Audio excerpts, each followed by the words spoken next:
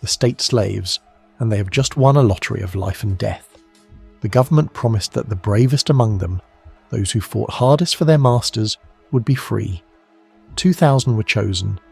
They march around the temples, cheered by the citizens, soaking in their first breath of liberty, and then the sun goes down.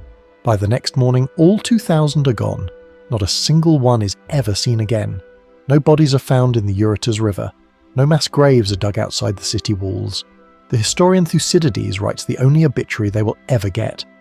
The Spartans did away with them, and no one knew how each of them perished.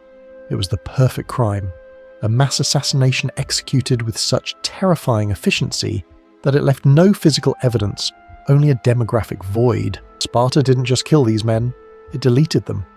Before diving into these forgotten stories of survival and suffering, if you enjoy learning about the hidden truths of history, consider hitting that like button and subscribing for more content like this. And please comment below to let me know where you're listening from.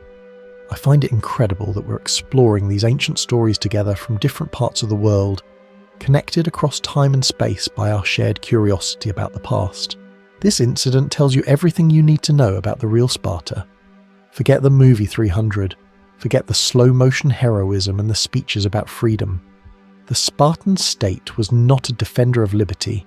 It was a machine built for one purpose: hostage management. Those 2,000 men weren't killed because they were criminals. They were killed because they were the best. The Spartan authorities understood a dark psychological truth. The slave who dares to claim he is brave enough to be free is the slave most likely to lead a revolt. So, they created the promise of freedom as a filter. It was a trap designed to identify the natural leaders among the oppressed population so they could be culled. This is the side of history that gets cut from the highlight reels.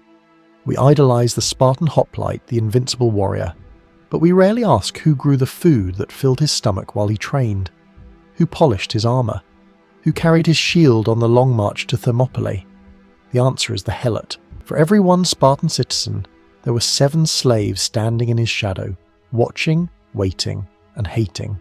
The economy of Sparta was a pyramid scheme of brutality. Unlike other Greek states where slaves were bought and sold as individuals, the Helots were a conquered nation.